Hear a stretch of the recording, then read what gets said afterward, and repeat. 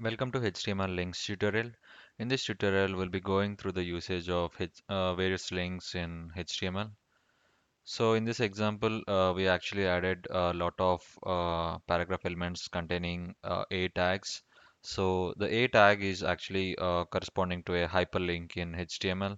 So in A tag, you could actually specify an attribute named href, which would actually correspond to the destination address to which the link should actually navigate to. So the text which is actually present within the content of the A tag corresponds to the link text. So the Google website here is the text which would be appearing on the browser. And as you click that link, the page would actually navigate to the specified address in this href attribute. So let's quickly see how this appears in the browser. Okay. So you could actually see in the first example here, Google website is the link, and as you hover, you could see the hand icon keeps appearing, indicating that it's a link in HTML. So as you click,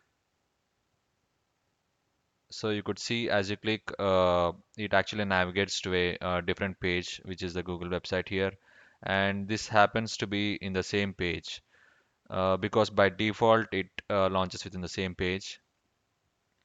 And in order to adjust that, you could also use a different attribute, say which target, and this target actually can be taking a value underscore blank. And here, if you see, if you click the second link, which actually corresponds to that underscore blank, this doesn't launch the page in the same web page in what you are viewing, but it actually launches in a different tab or different window. So you could also use different values like underscore self, which is the default value for a default A tag. So underscore self would actually imply the new web page should be loading in the same web page in which you are viewing. And there are also a couple of other values which could be used in different instances. Say like underscore parent. If you use underscore parent, the linked document can actually open in a parent frame.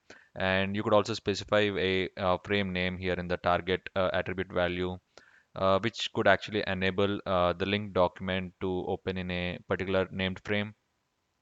And one other value which is available is underscore top. So if you actually specify underscore top here, the new link document would actually open in the full body of the window.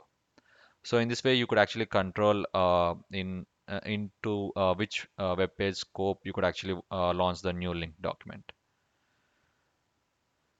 So the third option here, as you see, just instead of using text, you could also rather use a image for actually navigating to a different page. So here, instead of specifying Google website or Google website in new page, we actually placed a new element which corresponds to the image, and the image source is search.png. For the example, we just placed an image in the same file path, so this just directly refers to that search.png. And let's see how that can be accessed. So this is how on hover you could actually see the hand icon coming up again, and as you click, it launches in the same page.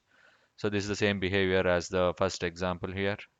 So this launches in the same window as you are viewing.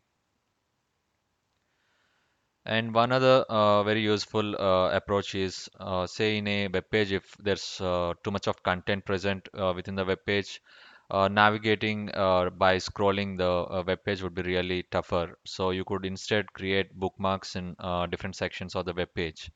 And just for example's sake, we created a lot of H2 headings, and we just named all those H2 headings to be of different pages. And if you directly wanted to access this page 11, you could specify the ID which is provided here for that particular element. Say for in this example, it is page 11. Uh, yeah, so here you need to add a hash followed with the ID of that particular element. So this would actually create a bookmark for directly accessing that particular section. So as you see in this example, access page 11, if you click this, this directly navigates to the page 11 section without scrolling manually. So in this way, you could actually navigate to any specific sections in a long web page. And it's also possible that you could actually have some different URL. Say in this example, we are actually locally creating this bookmark. But instead, if you're actually hosting it in a different server or trying to access from a different website, there could be a different URL which could also be appended with hash followed with particular element, and you could still navigate to that particular new page and also directly navigate to that particular subsection in that new page without scrolling. So in this way, links can be pretty useful in HTML usage very commonly. Thanks for watching.